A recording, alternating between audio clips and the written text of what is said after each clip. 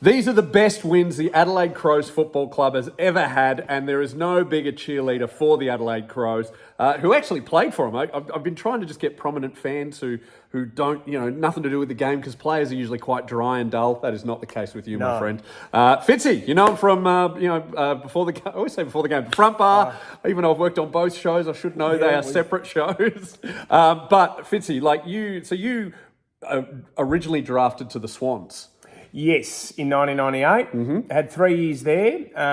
So you at least got to see 2 premiership wins as a Crows fan before you were drafted. Yes. There we go. Yes, we're not allowed to use finals in this, though. Not officially, but you can talk about them. I'm happy if you don't talk about the prelims. Do you want me to quickly bring up the 98 story? Why not? Because the year that I got drafted, I went to the 98 grand final, and against it was Crows North versus North. Yes. And my mate and I, we were given some red overalls by people that work at the MCG going, what are these? And found out that they were for the Volunteers.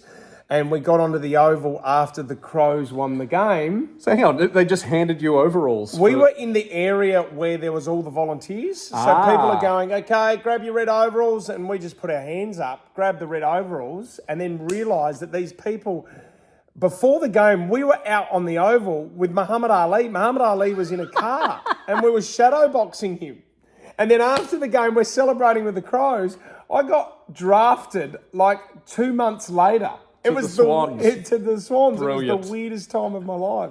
But you must have been so up and about, back to back, and no one expected you to win either flag. No. You were like... Unbelievable. And I think it was the best effort by a team, because I think the Crows came from...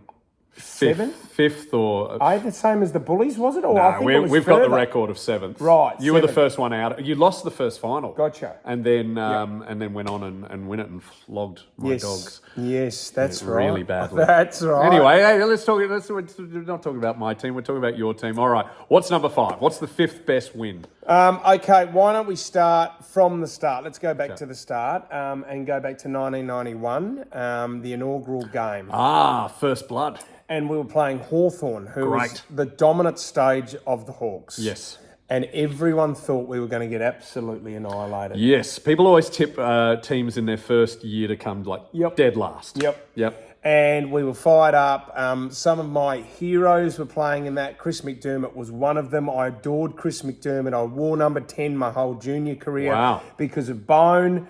And unfortunately, he broke a bone that night. His nose, after Dermot Brereton put his elbow into bone, and it was pretty heated. We ended up winning by, I think over 10 odd goals. Great. So it was a great night for the Adelaide Crows, but that was a great start for the new franchise, flogging the premiership favourites. It must have been such a galvanising experience, because something I do love is the history of Port and Crows joining the league. There's a lot of espionage and cloak and dagger, and really the Adelaide Crows was formed as a giant middle finger to the Port Adelaide Football Club. Without a doubt. So who was your SANFL team?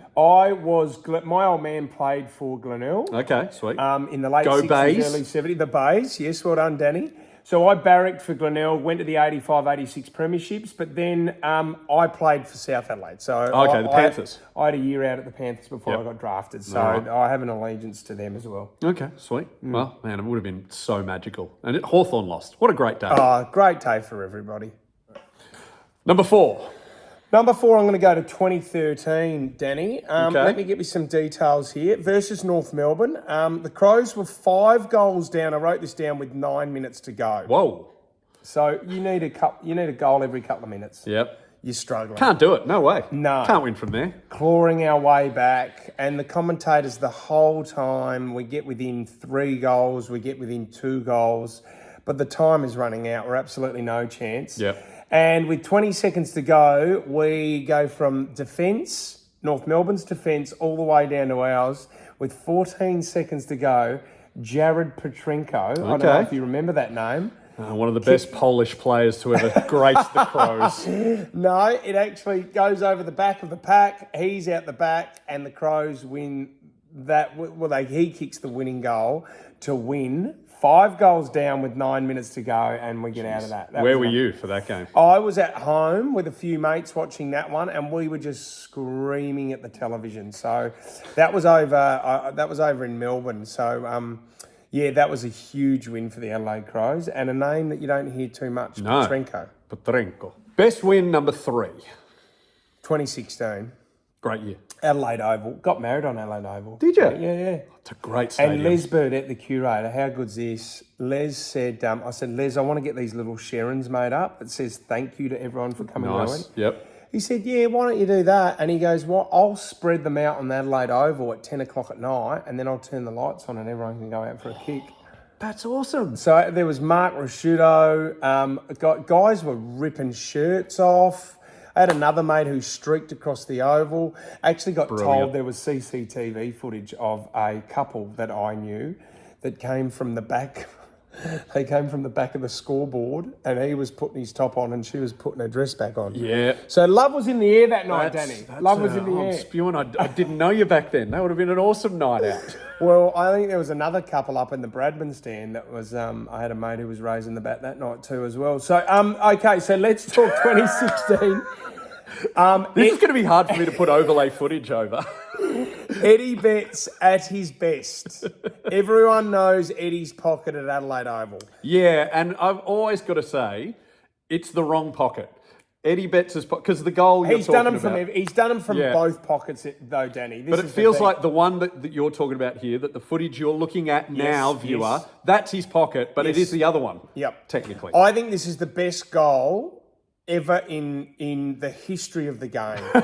And for him to hold it down, and then it looks like he was going to take it out, but to keep it in, then run around and snap it against the Giants. I was there that game, but I was over in the other pocket. Oh, okay. His other pocket. I think I was over in the Fitzgerald flank. Over there it's known as. But the atmosphere, and you'll hear the crowd noise, it was just something that I'll remember forever. Even though it was out of bounds. Bullshit, it wasn't. The second best win in home and away games of the Adelaide Crows, Fitzy. I wanted to put this at number 1, but I thought I'd better not because you sound like a bit of a wanker. Yeah. It's a game that I played in.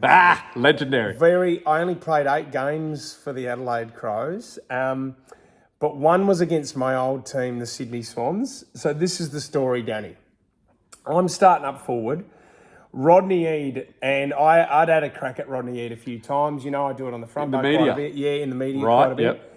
So at the start of the game, I found out very quickly that Rodney Eade told Brad Seedmore, that played for the Sydney Swans, go down and rough Fitzy up because he won't get a kick afterwards. Okay. So Snapper, who I was mates with, comes down and he's kneeing me, he's throwing me to the ground, and I'm looking at him going, what are you doing, mate? Elbowing me in the kidneys. Is there any small talk before this, or is it straight in? I'm just going, what are you doing? And then I've picked up very quickly, okay, this is what they're playing at here. As soon as the ball bounces for the first bounce, Snapper goes, he leaves me, and Jared Bennett, another mate of mine, comes and stands me and starts roughing me up a bit.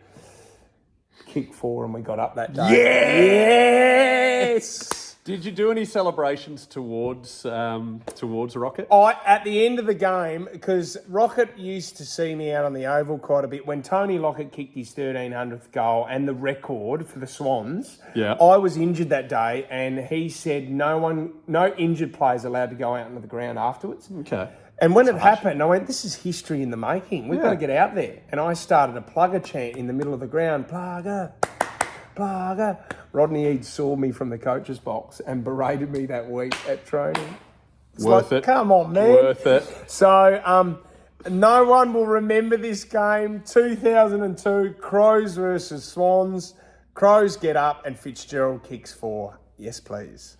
And the best win the Adelaide Crows have ever had in a home and away game. Oh, Fitzy, you're just so excited. I can feel the effervescence. It was the first year of Jordan Dawson coming over from Sydney. Oh, you did the what is known as the Fitzgerald track. Yes, he did. He could be. He's a part of the Fitzgerald Cup now when Adelaide play the Sydney. That's right. Swans. So it'll be you get the Fitzgerald Cup, but you get the Jordan Dawson medal for best on ground. Yes. Okay. And what a first showdown for him. You got number one for me, and it's even more sweeter that's a showdown. But it's that round 3 showdown against Port Adelaide. We were down. Lockie Murphy gets it too high. His neck, whether he was injured or not, he knew he couldn't kick the goal. He was too far out. He's only a little fella. They hand the ball to Dawson. And the best thing about that kick, Danny, and I think everyone agrees. Yeah. No, off the boot. Yes. It wasn't going in. It was missing. It's got a story arc. Dunster, you listen to Dunster, he goes, no, it's coming back. Oh, it was the greatest. And to see the hearts break of all Port Adelaide supporters, it was one of the best ever. Actually, I grew up down at Port Noarlunga in South Australia, and I was down here. I went for a run the next day, and Dawson was down here with his family. What are the odds? At Agatha's, a cafe down here. And I said, mate, I got out of my car. I said, I need to get a photo with you. That was one of the greatest wins of all time. So, and you put up great footage of you watching it. Yes, live. with my old I'm going to put that in now. Yeah. Come on, Jordan. Oh, nah. Come back. Yes!